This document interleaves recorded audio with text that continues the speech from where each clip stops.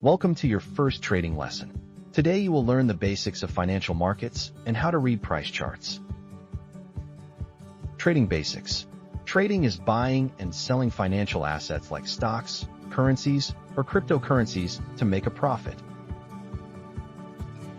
How markets move. Markets have buyers and sellers. Prices rise when demand is high.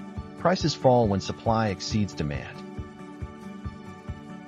Traders use candlestick charts to track price movements. Each candle shows opening, closing, high, and low prices. Support and resistance. Support is where buying interest stops the price from falling. Resistance is where selling pressure keeps the price from rising.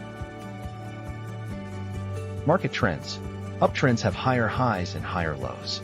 Downtrends have lower highs and lower lows. Risk management. Always set stop-loss orders to limit losses and never risk more than you can afford. Summary. Trading requires practice, patience, and discipline. Start small and keep learning step by step. Thank you for watching. Subscribe for more trading lessons and tips. Subscribe now.